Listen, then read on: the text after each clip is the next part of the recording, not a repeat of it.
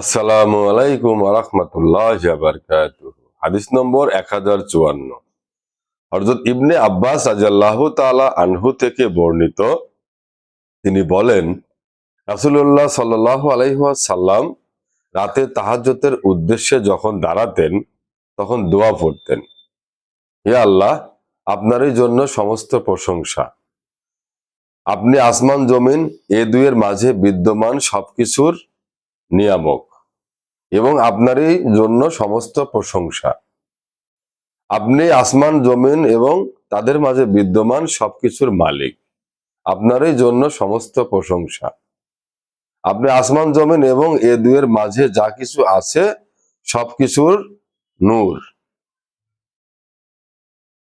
আপনার জন্যই সমস্ত প্রশংসা।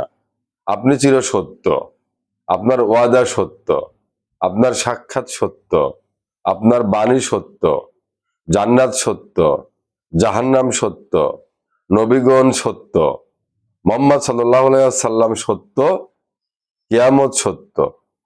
ইয়া আল্লাহ, আপনার কাছে আমি আত্মসমর্পণ করলাম, আপনার প্রতি ঈমান আনলাম, আপনার উপরেই তাওয়াক্কুল করলাম, আপনার দিকে রুজু করলাম, আপনার সন্তুষ্টির জন্যই শত্রুতায় লিপ্ত হলাম, আপনাকে বিচারক মেনে নিলাম।